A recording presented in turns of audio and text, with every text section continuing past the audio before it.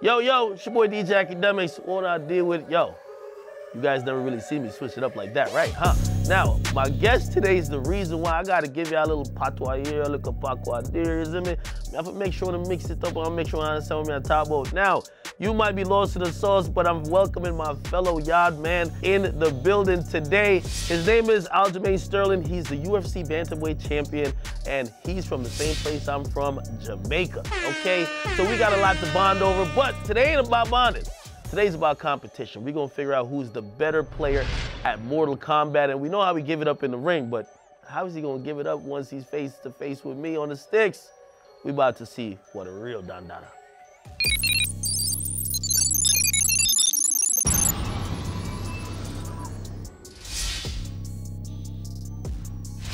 Wagwan, yo, if you guys don't know a fun fact about me, I'm Jamaican, and just like my guest, listen, we're both Jamaicans and we're both gamers, but one thing you might not know about my guest that's coming up, he's not only a gamer and also Jamaican, he's a UFC fighter, he's an actor, a podcaster, a real estate agent, and also he's a goddamn proud troll. Okay, now from Jamaica to Vegas, we're gonna see if he's up for all the jokes and he can still hang and still crack a smile after I handle him in Mortal Kombat, okay? Let's welcome our guest, the Don Dada, Aljamain Sterling to Under Sticks. Wagwan, Bridget. Wagwan. There. Man, yo, where are you at right now? Because, you know, we doing a whole virtual experience right here on the Sticks this season, and I'm so hyped to really go head-to-head against you guys. Not no real ring, okay? Virtually. I'll get to go head-to-head versus you guys out. Where you at right now? Right now I'm in Vegas hanging out, doing some PT work. So I got 2 houses, well 3, but 2 houses that I live at in Vegas and 1 in Long Island. Explain the Vegas thing to me, because I don't look at it as a place you would go to try to, you know, increase your discipline and work on getting focused. Yeah, it's it could be some distraction if you let it get to that point, but for me, I'm mainly here for physical therapy and stuff like that after my surgery and all that good stuff. So I just got to make sure I stay away from the strip is what I always say. Power right now. Oh man, hey, listen, one of the most interesting things, explain your background, right? So I was born in Jamaica, right? I came up here when I was like 10, 11, man. It's been a transition for me. And I know anyone who were immigrants or have family that was immigrants, usually it's a very interesting, oh snap, I got Sub-Zero, you got, who you got, Liu Kang? This is gonna be a good fight. I know people who are from immigrant family, it's an interesting, oh hell no, he's getting at me. I'm gonna ask you that question in a second. You're going too hard right now. I'm out here. We're gonna do 3 out of 5, by the way. But round 1 goes to you. But still, I wanna know, explain your background a bit. Well, I'm a first-generation American, so both my parents born in Jamaica, from Kingston, born and raised, and my grandparents as well. My grandma now lives in England, over in London. Oh, you wilding right now. Now keep telling the story, right, my brother. Keep telling the story, all right? This man trying to get me. Go on, dog. Go on, man. Go on. Trying to get me through a story time. That's crazy. I'm trying to get to know you, brother. I'm trying to get to know you. I'm trying to figure out. Damn, I'm supposed to finish you. How often you play this game, man? It feels like it's not your. It feels like you've played this before. This is my first time. Oh hell no. I know from my Jamaican mom, super strict, super disciplined. How did that help you even get to the point you are now? A lot of what I learned was from my mom when she raised us, and she taught us a lot of things growing up. And the main thing was cleanliness. You know, kind of being responsible when you do something the first time. When you do something, you do it right the first time, so you don't have to do it over and over again. You know, so I learned a lot of stuff from her. And how did you even get into like fighting? My freshman year in college, I went to school with John Jones for a semester, and then he was fighting, and I was watching some of his stuff on his posts on back in like the MySpace days, and it was dope. So I saw him winning and everything, and I was like, I think I could be good at this. And I hit him up. He was like, man, you ain't gonna show up. Oh man, damn, it's slow the time. Wait. What? Oh, that's like the movie right there. Oh, this is the movie. What the heck did you press? Oh, you not there yet? No, I'm done. I'm done. Just I'm kind of stunned right now. Oh, hell no. Nah, it's over. So, I mean, like, we've seen that, you know, even like you had a couple of things, you know, during your career, especially recently, go viral. They were saying you faked an injury? Very, very silly stuff to say, man. I don't understand, especially the most part. The only thing that bothered me was. So wait, let's explain what happened, right? Because I've seen the clip a bunch of times, right? But for people who might not be in tune with, you know, the rules or, you know, with the MMA at all, what happened? I shot in. I was in this position 3 times in a fight. I pulled guard. I managed to get up safely. And then this last time, for some reason, he decides to knee me in the head. And I watched the clip. It looked brutal. It looked brutal. Yeah. From one of the guys they called the hardest hitters in the division, where he blindsides me with a kick, with a knee. I'm like, you think you could fake that? I think most people would have been knocked out already. I think 100%. Most people would have been just straight KO'd. It's kind of amazing that you were even trying to recover.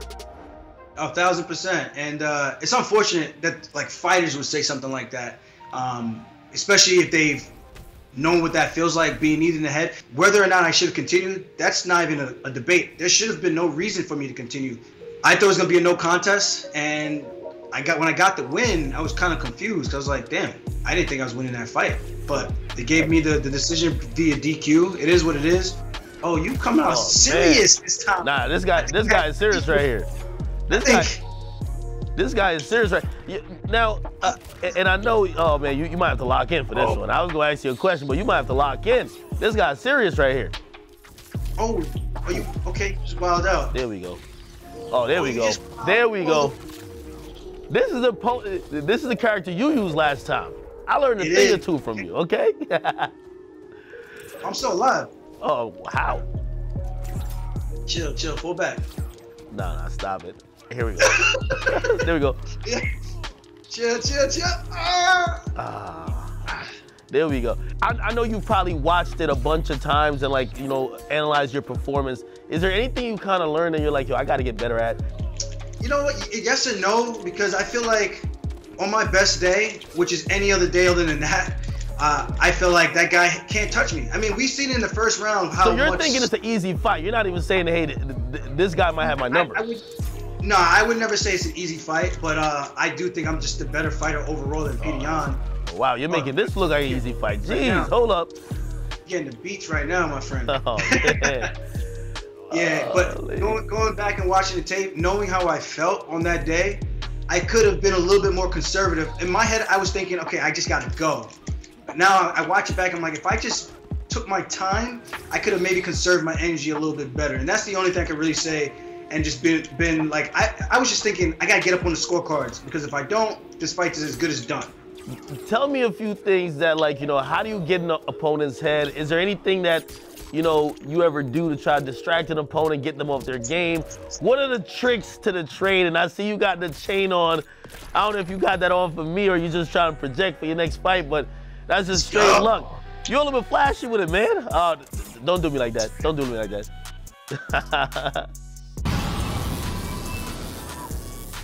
I like to talk shit, man. People think it's like not classy or whatever, but that's how I grew up, you know. My Jamaican household, my brothers and I, we would rip on each other all day long. Back in school, we would rip on each other. And also, if you talk a lot of shit, you got to know how to back it up, too. Exactly, you know. What you bumping in camp? Like, you know, music-wise, what's keeping you motivated? Oh, hell no, you're doing the most. Who is this guy? Ladies, man, what's up with this guy? Johnny Cage, you know Johnny Cage. I got some reggae, you know, I got Alkaline. Alkaline, what you know about Alkaline? Alkaline's that dude, him, Vibes Cartel. The only thing is, for me, that's always been tough is finding the new trends, you know? Yeah. So, like, the new artists and everything, it's hard to kind of find those new tracks. Being a first generation, you know, Jamaican American, explain the importance of even your background and like where your family came from in your career now. It's huge, man. I think it's super important because there's not a lot of guys in the UFC that are doing well at this stage in the UFC, and to be one of those pioneers, I think it's huge because a lot of people look up to us and we don't have this type of sports or a real good training like this down in Jamaica, I feel like you know this, you know the moves now. Man, I don't know what I just did, but I think it's a wrap. You keep lighting up, you keep glowing. Yeah, I think it's a wrap. I think it's a wrap, man. You tried? I never quit. Damn. You don't need to quit with this. Oh. That's a comeback. Always that white spin. That's a comeback. Yeah, so when you have that, man, it's very motivating to be one of the pioneers who are really like setting the foundation for that type of stuff, to help grow the sport in Jamaica, because there's so many talented athletes, which I'm pretty sure you know, and we don't have all the resources like we have here in the States. So I'm trying to do something down there. I've been trying for years now since I last went down there. Yeah. Talking to a guy who helps run like some of the practices and stuff, but it's been tough getting like trying to figure out how to make everything cost effective in terms of getting a cage down there, getting a facility to have like some mats where guys can come in and train in like that middle ground, like halfway tree area, to really get people from both the richer area and the poorer parts of Jamaica to come down and work together. Because I think when you have that camaraderie and everyone feels comfortable and safe with each other, then you can really have some good developments with the athletes and the people down there. So hopefully we can get something like that going and it can really work out. Oh, that's what I'm talking about. No. Well, I definitely give you a lot of credit for, having that initiative to try to go back to where your parents are from and where you're from, and hopefully inspire other kids who might look up to you, and hopefully they could get into it. Yeah, you demolished me this time around. Hey, listen, I'm gonna be honest with you, man. If you could keep this dominance that you got on here in the octagon, you're gonna be beating these dudes' ass for a long time coming, man. I think I won 1 game out of like 6. There's no competition. Yeah. I still don't believe you that you haven't played this thing for a couple of years. I'm not believing that at all. I only have a Nintendo Switch, that's it. I'm not buying that. I'm not buying that. Man, yo, man to man, really respect you. I'm glad you're, repping, of course, Jamaica really well. I'm hoping to see a lot more successful things from you in the future. And I'm gonna be honest with you, thank you for coming on here. It's been a pleasure having you. Thank you for joining me. And listen, for everybody watching at home, go check out my man, Aljamain Sterling. Hopefully, when he gets back, you'll see a demon in that octagon. He's gonna win a couple more fights, keep continuing the legacy. And as for me, you guys will see me next time on The Sticks.